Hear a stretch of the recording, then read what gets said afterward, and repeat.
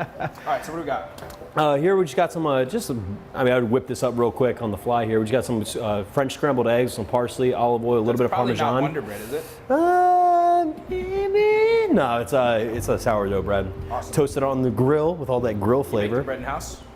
No, I do not the sourdough. We do sometimes do focaccia or some other things or specialty breads, but the sourdough is our sandwich bread we use for lunch. Do not make that in-house.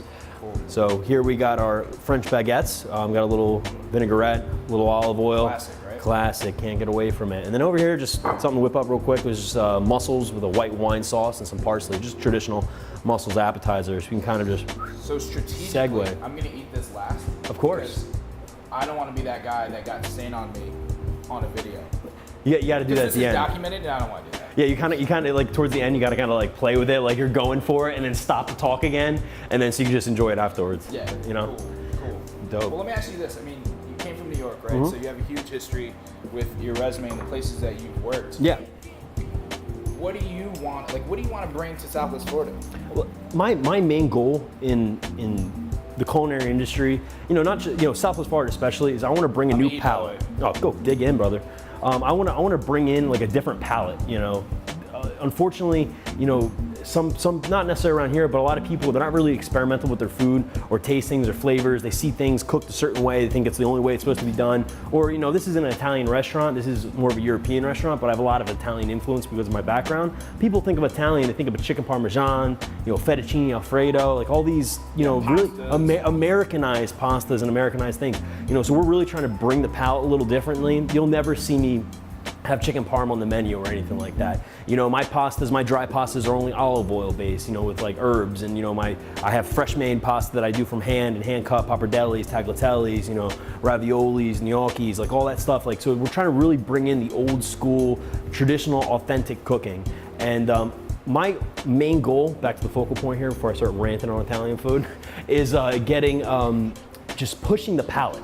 I feel like it's very important to push the palate and always exceed expectations and stay consistent in experience. So when people come in here and eat, they have an amazing experience, not only for the front of house, the dining, the food, the flavors, everything, but never in flavor.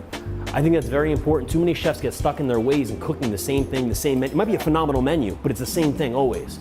So every day is something different. Yeah. Not only just specials, I change the veggies up every day. I change up my sauces every day. So you come here, you have a New York strip, great, awesome, amazing. Has that been successful for you guys? Because a lot of times, old school thinking, especially in Southwest Florida, is consistent.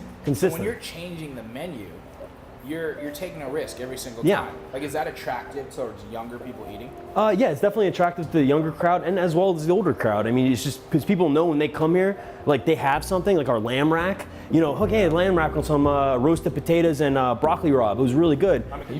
Then they come back and it's like, whoa, what is this? It's a different type of crust. It's a different sauce. It's the same lamb I came here for, but now it's with sweet potato mash and some carrots. So it's always a little bit different, a little diverse. You're always kind of just changing it up, and that's what we really got to do is when it comes to food, is you really just got to push the palate and just make people experience new flavors and just really enjoy themselves. I think it's a lot like out of sight, out of mind is probably the direct influence line that I'd probably say, but it's kind of like out of taste or out of sight, out of taste. Because if you've never tasted it, if it's never been in front of you, you don't even know if you like it or not. Yeah, exactly. I mean, I was very fortunate enough to travel and eat at some great places.